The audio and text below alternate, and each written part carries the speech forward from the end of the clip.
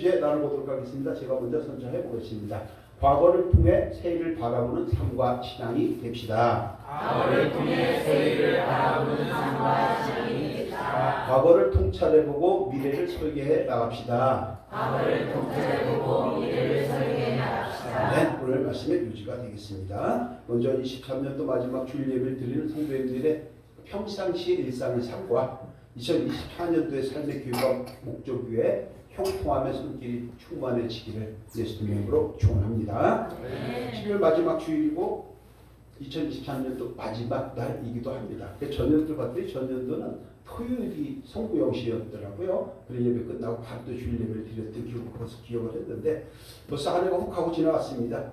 성도님들 한 해 어떻게 보내셨을까요? 계획했던 일들이 잘 이루어졌을까요? 아니면 생각보다는 살짝 어려운 시절이었을까요? 각자의 상황에 따라서 많이 다르게 느껴지겠지만 사회적 환경에서 보면 뭐 고물가, 고금리, 고환율, 지금은 좀 유가가 낮아졌지만 고유가, 이것으로 인한 불경기, 전쟁, 지진, 기근 이런 것 때문에 위축된 환경이 아니었을까 이렇게 많이들 생각을 해보게 됩니다. 그럼에도 불구하고 이런 물리적, 심리적, 사회적 어려운 환경을 이겨내시고 견뎌내시냐고 정말 수고들 많이 하셨습니다. 몇 분과 한번 서로 인사하도록 하겠습니다. 한 해 동안 정말 수고 많이 하셨습니다. 새해는 웃는 일들이 많아지기를 축복합니다. 네, 저 딱 들어봤더니 이제 정말 요즘은 3번 하는데 여기 정말 2번 하고 여기는 아예 안 하고. 오늘은 우리의 삶과 신앙의 양식을 돌아보면서 한 해를 마무리해 보려고 합니다. 우리는 삶을 살아가면서 도덕적인 양심과 신앙적인 양식을 바탕으로 생각하고 말하고 행동을 하며 살아가게 됩니다. 이것을 우리는 인생관 또는 가치관 이렇게 이야기하기도 합니다. 자, 그렇다면 우리 성도님들은 어떤 인생관을 근거로 해서 한 해를 정말 열심히 부지런히 달려왔을까요? 개인적 인생과는 다 다르겠지만 큰 틀에서 보면 아마도 사회에선 사회법을 기준으로 살아왔을 것입니다. 그리고 신앙적인 측면에서는 성경을 기준으로 살아오려고 애를 많이 썼을 것입니다. 자, 여기서 오늘 첫 번째 질문입니다.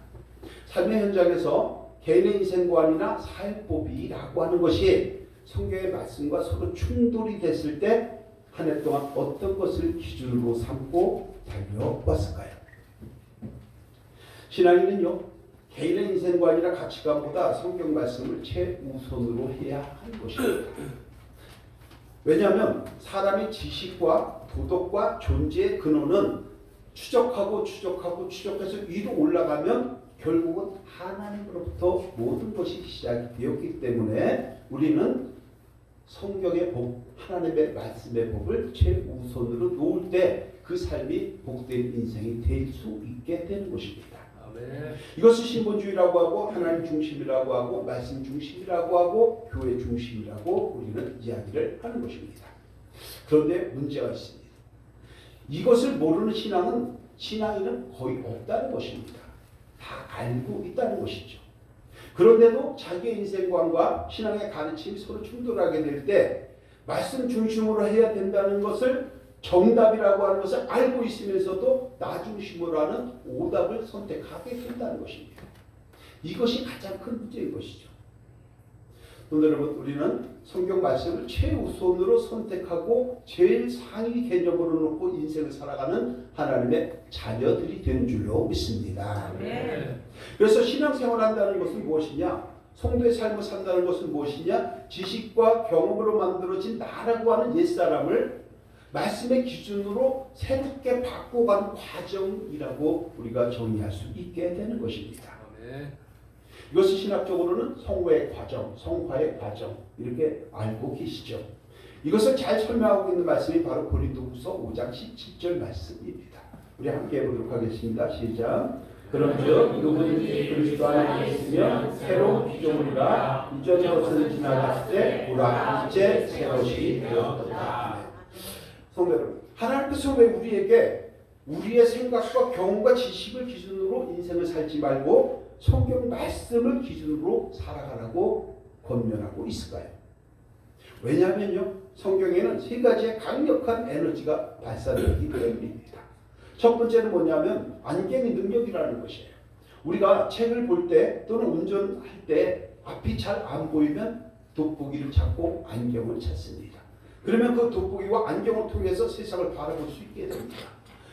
우주를 바라볼 때에 망원경이라고 하는 안경을 바라볼 때에 우리가 전체를 관측할 수 있게 되는 것입니다. 현미경을 통해서 현미경이라고 하는 안경을 통해서 우리의 정말 세부적인까지 들여다보는 시대입니다. 그래서 우리가 앞길을 알지 못하고 희미한 거울과 같은 인생길을 갈 때 무엇을 어떻게 할지 모르는 상황이 될 때 어떻게 되냐? 각 상황에 맞도록 가야 할 길, 가지 말아야 할 길, 해야 할 것과 하지 말아야 할 것들을 보여주는 성경을 통해서 우리에게 공급하고 있기 때문에 안경의 효과를 나타내게 되는 것입니다. 그렇기 때문에 성경을 보고 말씀 중심으로 살아가라고 오늘도 내일도 그리고 모레도 아마 주님께서는 말씀을 하실 것입니다. 또 하나는요, 사람들이 막다른 골목에 들어섰거나 또는 하남에 있는 스타필드 같은 겁나게 넓은 지하 주차장에 들어가면요, 헷갈려서 잘 못 나와요. 그래서 어떻게 주차장 구역을 찍지요.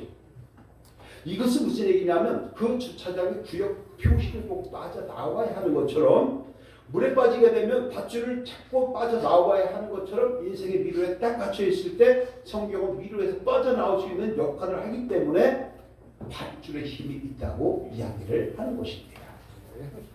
더 중요한 것이 있습니다. 뭐냐면 성경을 통해서 인생의 생사화복을 볼 수 있습니다. 흥망성쇠를 볼 수 있습니다. 길흉화복을 볼 수 있습니다.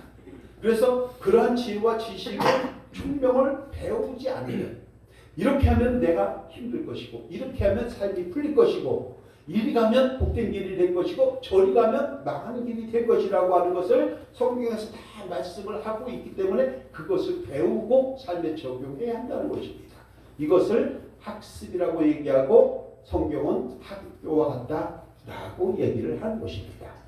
이 세 가지의 엄청난 에너지가 나오기 때문에 성경을 기준으로 해서 세상의 어려움을 극복하고 힘든 것은 이겨내고 지친 것은 회복하는 은혜가 있게 하는 그런 역할을 감당하는 줄로 믿습니다. 그래서 성경을 봐야 돼요. 자, 그럼 이 말을 조합해보면 이렇게 되겠죠.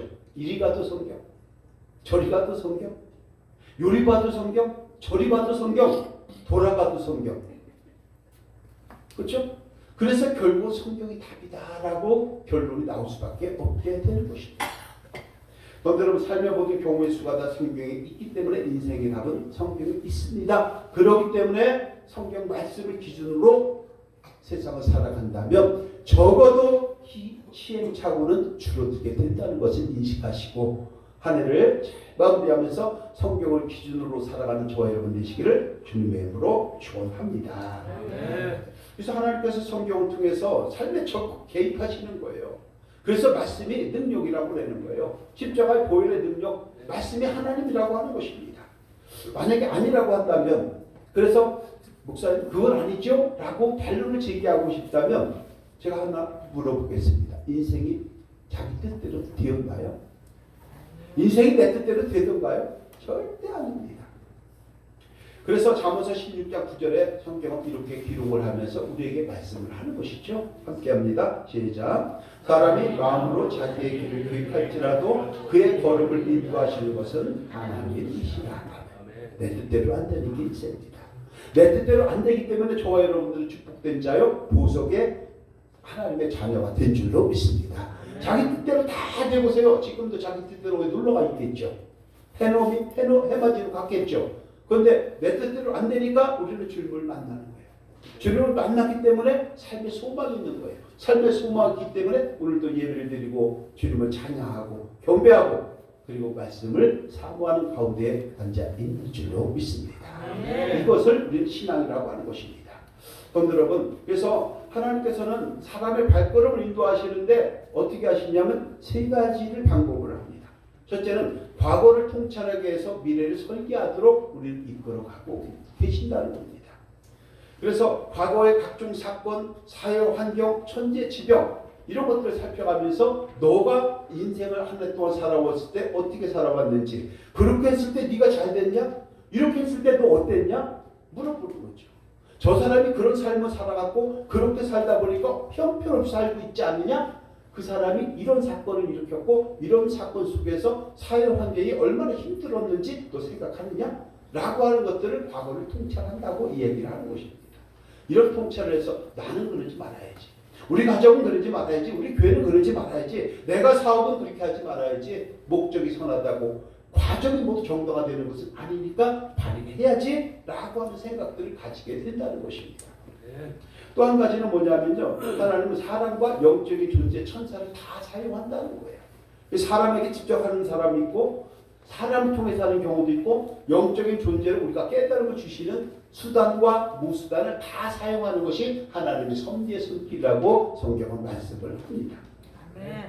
또 한 가지는요. 개인과 교회가 공존합니다. 세상은. 그랬을 때 하나님은 어떻게 했냐면 개인을 통해서 축복을 하시고 주관하시는 게 아니라 교회를 통해서 사회와 개인을 통치하고 주관하고 있다고 성경은 말씀을 하는 것입니다. 이것을 우리는 하나님의 섭리다라고 이야기를 하는 것입니다. 그래서 오늘은 과거를 통찰하면서 새해를 바라보고 미래를 설계하라고 하는 말씀을 준비했는데 이때 우리가 하나님이 이러한 것을 가지고 우리를 통치하시고 우리의 발걸음을 인도하시고 내가 계획한다 할지라도 그것은 아니야 라고 어떨 땐 막아주고 어떨 땐 열어주고 하시는 그 과정 속에서 하나님의 손길을 만나는 은혜가 있기를 주님으로 축원합니다. 그래서 이럴 땐 아멘으로 화답하고 마음으로 수납해서 삶에 적용하는 은혜가 있을 때에 그 말씀이 내 것이 되는 것이지 그렇지 않고 그냥 시간만 가면 그 말씀은 그저 허공에 떠돌아다니는 메아리에 불과하게 될 것입니다. 한 해를 잘 마무리해서 아멘으로 화답하고 내 마음으로 수납하고 마음으로 믿어 의에 이르고 입으로 시인하고 구원에 이르는 은총을 누리기를 주님의 이름으로 축복합니다. 자, 그래서 하늘을 어떻게 통찰해야 되냐? 첫 번째가요. 흘러간 과거에 더 이상 매이지 말아야 합니다. 18절 함께합니다. 시작. 너희는 이전 일을 기억하지 말며 옛날 일을 생각하지 마라. 한 번 더 합니다. 시작. 너희는 이전 일을 기억하지 말며 옛날 일을 생각하지 마라. 아멘. 한 해를 마무리하면서 이것이 우리에게 절대적으로 필요한 것입니다. 과거만을 회상하고 집착하는 사람들은요 미래를 볼 수 없습니다. 미래를 볼 수 없는 이유는 뭐냐면 내가 과거의 끈에 매여 있기 때문에 그렇습니다.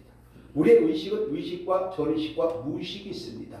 무의식 속에서 내가 과거에 매여 있기 때문에 내 스스로 잡고 있어요. 잡고 있으니까 앞으로 전진할 수가 없고 영안이 열리지 못하게 되는 거예요.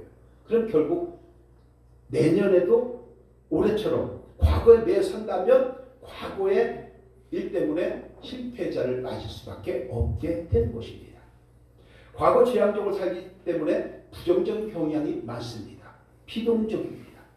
특히 남을 원망하고 탓을 하고 불평하는 삶의 양식을 갖고 있습니다. 그래서 미래를 설계하는 것에 한계가 있게 되는 것입니다.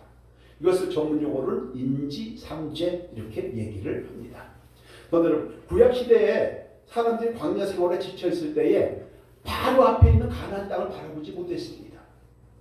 그래서 가나안 땅을 바라보고 힘을 내고 소망을 가지기보다는 당장의 힘듦과 당장의 어려움을 가지고 불평과 원망의 눈이 어두워서 흘러간 과거에 매여 있었습니다. 그 결과 어떻게 됐습니까?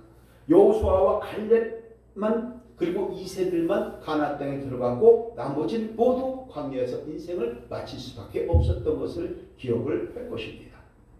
그런데 여러분, 과거 재앙적인 사람들은요 과거의 사건에 대해서 원망과 불평에 사로잡혀서 소망을 가지지 못합니다. 저를 본 것을 생각하지 못합니다. 그리고 그 원망과 불평은 자기 자신을 올가매는 도구가 되기 때문에 언젠간 그 원망과 불평 때문에 반드시 자기가 책임져야 될 시기가 다가오게 됩니다. 이것을 민수기 11장 1절에서 볼 수 있습니다. 우리 함께 합니다. 시작. 여호와께서 들으시기에 백성들이 악한 말로 원망하네 여호와께서 들으시고 진노하사 여호와의 불을 그들 중에 붙여서 진영 끝을 사르게 하시네. 아멘. 자, 어떤 원망을 했다는 얘기죠. 어떤 불평을 했다는 거예요. 그래서 심판의 불이 내렸다는 거예요. 자, 어떤 원망이었나? 한번 볼게요. 민수기 11장 4절 5절에서 이렇게 원망하고 불평합니다. 시작. 그들 중에 섞여 사는 다른 인종들이 탐욕을 궁금해 이스라엘 자손도 다시 울며 이르되 누가 우리에게 고기를 주어 먹게 하랴. 우리가 애굽에 있을 때는 값없이 생선과 오이와 참외와 부추와 파와 마늘들을 먹은 것이 생각이 나오늘. 아멘. 무슨 말일까요? 과거에 비해서 생각을 하기를 내가 애굽에 있을 때는 먹을 거 잘 먹었다 이거예요. 근데 광야에서는 만나라고 하는 이상한 양식만 주고 나니까 야 그거 징그럽다 너무. 그래서 원망하고 불평하고 있다는 것인데요. 한번 생각을 해보시자고요. 이스라엘 민족들이죠. 430년간 종사지했죠. 그럼 종들에게 주인이 밥 줄 때 돈 받고 줍니까? 아니잖아요. 종살이했어요. 고산 땅에서 양과 염소 키우는 일을 했습니다. 지푸라기도 주지 아니하고 벽돌을 찍어내라고 했습니다. 할당량 채우지 못하면 채찍질이 가는 그런 엄청난 고통이 있었습니다. 그런데 무슨 대단한 부귀영화를 누렸던 것처럼 잘 먹고 잘 살았던 것처럼 다른 사람들과 휩쓸려서 불평하고 원망을 했다는 것입니다. 우리도 마찬가지 아닐까요? 어떤 사람들은 큰 사업을 했다고 그래요. 과거에 뭐 그렇게 대단한 사업을 했나요? 세계 부호 500위 안에 우리 한국 사람 몇 명이 들어가 있을까요? 세계 500대 부자 중에 우리 한국의 기업의 회장들이 몇 명 들어가 있을까요? 한 명 들어가 있어요. 이재용 한 명? 240명이에요. 그런데 뭘 우리가 그 많은 사람들도 그런데 우리가 뭐 얼마나 대단히 잘 살았다고 얼마나 대단한 큰 사업을 했다고 거대한 자기의 매몰돼가지고 과거에서 헤어나지 못하고 왕년에 이렇게 하면 안 되는 것이죠. 여러분 바로 가나안이라고 하는 약속의 땅을 바라보지 못하고 과거에 매여서 앞으로 전진하지 못하고 습관적으로 원망하고 불평을 하다가 결국 하나님의 진노하심을 받아서 고기를 먹었는데 그 고기가 이에 끼기도 전에 이 사이에 끼기도 전에 몰살당했다고 성경은 기록을 하는 것입니다. 여러분 우리 믿음의 사람은요 이제는 하나님 나라의 신령한 세계를 바라볼 수 있어야 되고 나의 것을 찾기보다 위의 것을 생각할 줄 아는 그런 믿음으로 나아가야 할 줄로 믿습니다. 눈앞에 있는 이득과 썩어서 없어진 물질만 생각한다면 하나님의 나라의 백성으로 성도로 살아갈 수 없는 것입니다. 왜냐하면 천국은요 의와 평강과 희락이 있는 곳이요 영생공락은 지금 여기에서부터 그때 거기 가서도 누릴 것이라고 말씀하고 있기 때문입니다. 그래서 우리는 과거를 통해서 오늘 살아가는 지혜를 좀 배우고 나를 돌아보고 거울을 바라보고 거울에 내가 뭔가 묻어 있는 것이 있다면 떨쳐내고 그리고 미래로 전진해 나갈 때에 그 가정이 복된 가정, 그 부부가 복된 부부, 그런 교회가 희망 있는 교회가 되는 줄로 믿습니다. 우리가 전업픈 곳을 향하여 미래로 나갈 수 있는 저와 여러분 되시기를 주님의 이름으로 축원합니다. 자, 그런데 문제가 생겨요. 목사님 말씀 맞아요. 그럼 무엇을 어떻게 과거를 통찰해 봐야 됩니까? 라고 질문을 한다고 하면 또 사람마다 다르겠죠. 그래서 제가 대표적인 거 몇 가지만 정리를 해봤는데요. 첫째, 실수했던 거 잊어야 합니다. 인간은 누구나 실수하게 되어 있습니다. 목회자, 성도, 불신자 다 마찬가지입니다. 만약에 전혀 나는 실수한 것이 없는데요. 나는 단점이 없는데요. 이런 분이 있으면 손 한번 들어주세요. 만약에 손 든다면 어떻게 돼요? 잘 보살펴드리기 바랍니다. 여러분 예수님의 수제자라고 하는 베드로도 실수를 거듭했던 사람입니다. 다른 사람들 다 주님을 모른다고 해도 주여 나만은 그리하지 않겠나이다 정말 호언장담했던 사람입니다. 예수님을 모른다고 하는 사실이 있을까요? 없을까요? 예수님을 모른다고 부인했던 그 베드로 몇 번 실수를 했을까요? 3번 했죠. 3번. 그래서 거기서 삼세벌이 나온 거예요.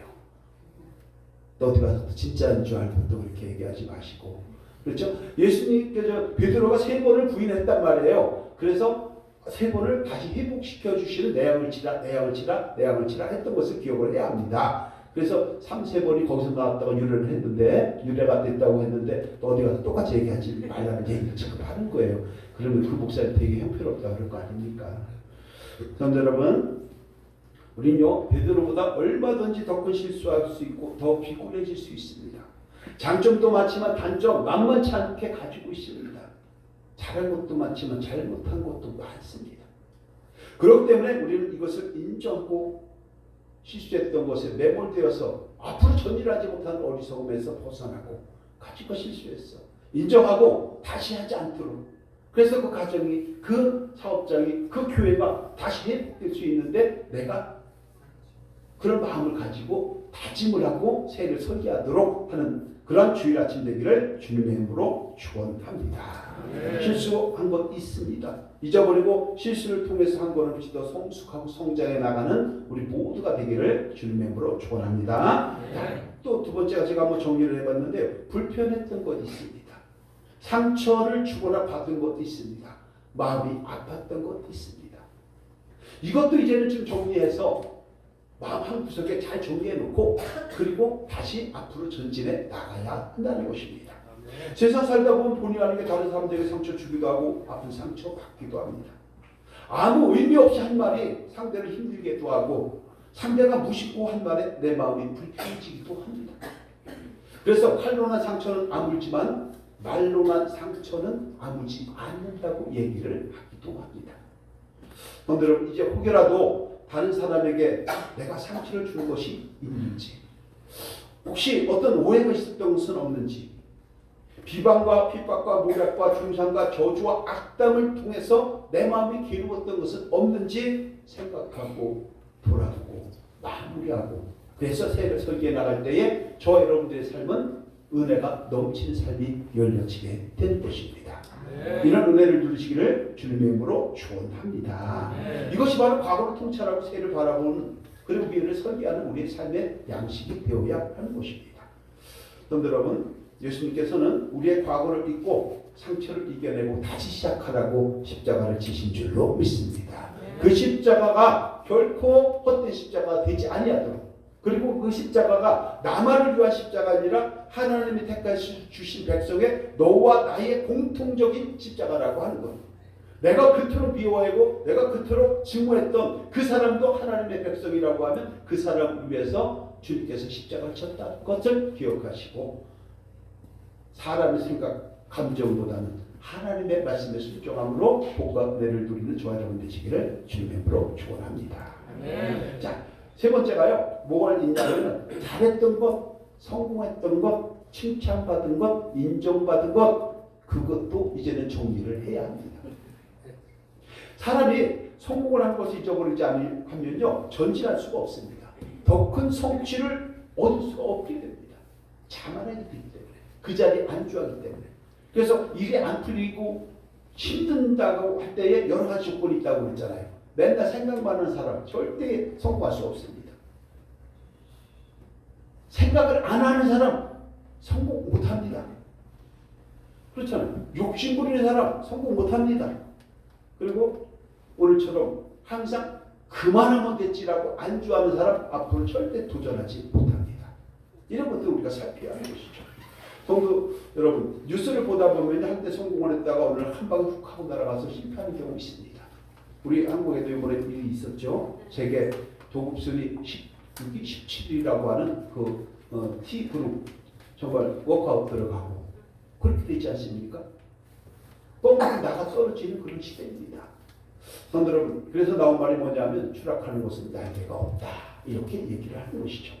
성경 속에서도요 그런 사람이 있어요. 우시아 왕이라는 사람이 있어요. 하나님 볼 때 처음에 정직하게 했습니다. 하나님 형통한 복을 주셨습니다. 점점 명성이 높아지고 나라가 강성해지자 교만한 말을 들었어요. 어떻게 했냐면 하나님의 전에 들어가서 분양할 수 있는 사람은 오직 제사장 한 분뿐이었는데 제사장이 오기 전에 자기가 들어가서 제사장을 밀어내고 자기가 들어가서 거기에서 분양을 했습니다. 지금 시대로 얘기하면 예배 시간을 겠는데 목사님 저리다가 가라고 했고 지가 올라와서 설교하는 것과 똑같은 거예요. 그랬더니 어떻게 해요? 하나님이 그냥 계셨을까요? 어떻게 했을까요? 바로 끌어내려가고 문둥병에 걸려가고 죽게 만들어 버렸습니다. 여러분, 한마디로 하면 자기의 본분을 넘어섰다는 것입니다.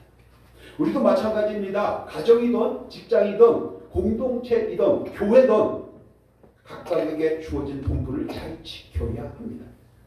본분이 있는데 그 본분의 경계선을 넘어가면 그 월거리고 교만하고 오만한 자리가 됩니다. 남편의 자리에 아내가 대신할 수 없습니다. 딸의 자리를 아내가 할 수가 없습니다.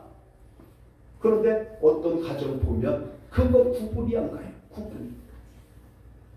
특별히 저는 그런 얘기를 참 잘해요. 그래서 뭐 이렇게 애완견도 많이 키우지만 아우 내 새끼 그러면은 내 새끼면 자기 친 자녀하고는 어떻게 되는 거예요?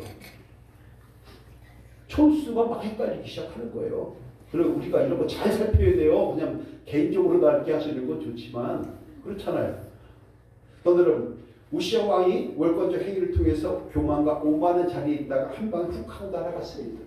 이런 것들 전문 용어로 뭐라고 하냐면 휴브리스 이렇게 얘기를 합니다. 성도 여러분, 우리 사람은 잘했던 것 있습니다. 칭찬받았던 것 있습니다. 성공했던 것 있습니다. 인정받았던 것 있습니다. 그러나 거기에 붙잡히면 오만해지고 교만해지게 됩니다. 그래서 고린도전서 10장 12절에서 하나님은 이렇게 우리에게 말씀을 합니다. 함께합니다. 시작. 그런즉 선줄로 생각하는 자는 넘어질까 조심하라. 아멘. 그래서 사람이 성공했을 때 이만하면 되었다고 생각할 때 그때가 바로 조심할 때인 것입니다. 이제 한 해를 마무리하면서 특별히 신경을 써야 할 것은 금년 한 해 동안 정말 잘했던 것, 칭찬받았던 것, 좋았던 것, 인정받았던 것, 이것도 피자를 12조각 잘라가지고 하나를 잘 보관해 놓는 것처럼 내 마음의 한 구석에 잘 보관해 놓으시고 다시 시작하고 도전하고 그래서 은혜를 누릴 수 있는 새해를 잘 준비해 나가는 저와 여러분 되시기를 주님의 이름으로 축원합니다. 네. 자, 이제 큰 테마 두 번째 마지막인데요. 하나님께서 새해를 행하는 것을 바라보라 이렇게 말씀을 하는 것입니다. 19절인데요. 함께합니다. 시작. 보라 내가 새해를 행하니 이제 나타낼 것이다. 너희가 그것을 알지 못하겠느냐. 반드시 내가 광야의 길을 사막의 강을 내리니. 하나님께서는 이스라엘 백성이 바벨론 포로가 되어서 가장 비참하고 절망적인 상황에서 뭐라고 말씀하셨냐? 이전 일을 기억하지 말라. 옛전 일을 생각하지 말라. 보라 내가 새해를 행하리니 이제 나타낼 것이라. 이렇게 위로의 말씀을 주시고 소망의 말씀을 선포하셨다는 것입니다. 그런데 여러분 무엇을 어떻게 한다고 얘기하죠? 본문에 보니까 반드시 내가 광야의 길을 내겠다. 사막의 강을 내겠다. 이렇게 말씀을 해주시는 것입니다. 그런데 여러분 광야 같은 우리 인생입니다. 우리가 광야 인생 대학 출신입니다. 다 동문들입니다. 우리가. 그래서 어떻게 해야 되냐면 우리 인생에 새로운 길을 내어주시고 사막 같은 우리들의 삶에 강을 내어주셔서 물된 동산으로 인도해 주시는 주님을 바라보면서 힘들고 어려웠던 것들, 슬펐던 것들, 나의 상처됐던 것들, 불편한 것들, 또 칭찬받았던 것들, 인정받았던 것들 모두 다 이제는 한 번씩 정리를 하시고 그리고 새롭게 도전함으로 하나님께서 행하신 새해를 바라보되 그 새해에 저와 여러분의 기도가 함께 승선되어서 소망의 항구로 나아갈 수 있는 은혜가 있기를 주님으로 축원합니다. 그런데 여러분 이것을 20절, 21절에서 이렇게 다시 한번 강조를 합니다. 함께 할게요. 시작. 장차 일짐승 곧 승냥이와 타저도 나를 존경할 것은 내가 광야의 물을 사막의 강들을 내어 내 백성 내가 택한 자에게 마시게 할 것이니라. 이 백성은 내가 나를 위하여 지었나니 나를 찬송하게 하려 함이라. 아멘. 이 백성은 내가 나를 위하여 지었다. 나를 찬송하게 하려 합니다. 저와 여러분들이 자녀들을 이렇게 잘 성장시키고 가까이 삶의 현장에서 은혜를 누리고 있는 줄로 믿습니다. 마찬가지죠. 자녀들을 위해서 수고하고 애를 썼던 것처럼 자녀들이 능력이 있을 때는 자녀들이 부모를 섬겨야 되지만 자녀들이 어렸을 때는 부모가 해줘야 되는 것처럼 우리는 능력이 부족하고 한계가 있는 피조물이기 때문에 내가 나를 위하여 지었다니 바꿔 얘기하면 하나님이 창조주고 우리는 피조물이에요. 그런 과정 속에서 내가 광야의 사막의 강들을 내어서 내 백성 내가 택한 자들에게 마시게 할 것이라고 하는 말씀을 주고 있다는 것입니다. 이것이 저와 여러분들에게 소망해 주시는 하나님의 역사가 되는 줄로 믿습니다. 인생이 힘들 때 특별히 정말 너무나도 기가 막힌 운동에 빠져갖고 허우적거리고 있을 때 더 이상 내려갈 지하실이 없을 때 내 백성 내가 택한 자에게 마시게 할 하나님의 사막의 광을 내어주시는 그 은혜, 성경에서 얘기하는 물, 강, 바다 이거 모두가 은혜를 얘기합니다. 이런 은혜를 충만하게 받아서 성도님들의 삶의 현장이 정말 물된 동산 같은 은혜를 누리는 그런 내일 열려지기를 주님의 이름으로 축원합니다. 네. 자, 그렇다면 우리는 어떻게 되느냐? 이렇게 해야 되겠죠. 오늘 말씀 정리합니다. 과거를 통해 새해를 바라보자 이렇게 얘기했는데요. 우리 파란 글씨, 빨간 글씨 한번 이렇게 함께 봉독하고 마무리하도록 하겠습니다. 시작. 흘러간 과거에 더 이상 매이지 말아야 합니다. 실수했던 것을 잊어야 합니다. 잘했던 것, 성공했던 것, 칭찬받은 것도 잊어야 합니다. 불편했던 것, 상처를 주거나 받은 것, 마음 아팠던 것을 잊어야 합니다. 하나님이 새해 행하신 것을 바라봐야 합니다. 그래서 우리는 이렇게 되겠죠. 시작. 한 해를 마무리하고 새해를 준비하면서 오늘 말씀을 꽉 붙잡고 버릴 것은 버리고 바꿀 것은 바꾸고 고칠 것은 고치고 변할 것은 변해서 더 이상 과거에 매이지 말고 어제보다 나은 오늘을 만들어 가야 합니다. 이제는 마음에 있는 일을 털어내고 좋은 일도 잘 정리해서 담아놓고 자기의 모습을 통찰하는 힘으로 과거를 통해 내일의 희망으로 만들어가고 저는 그곳을 향하여 전진하는 삶과 신앙이 되어야 합니다. 네, 이런 주의보이 되기를 주님으로 축원합니다. 기도합니다. 하나님 감사합니다. 이제 한 해를 마무리하고 새로운 일을 준비하고자 합니다. 옛적 일에 매이지 않게 하시고 새롭게 인도해 주신 하나님의 새해를 바라보게 하심으로 금년보다 더 나은 새해를 잘 준비해서 소망을 누릴 수 있고 열매를 누릴 수 있고 보람의 열매가 가득한 한 해가 될 수 있도록 인도하여 주옵소서. 모든 것 함께해 주시니 감사를 드리며 예수님의 이름으로 기도드립니다. 아멘.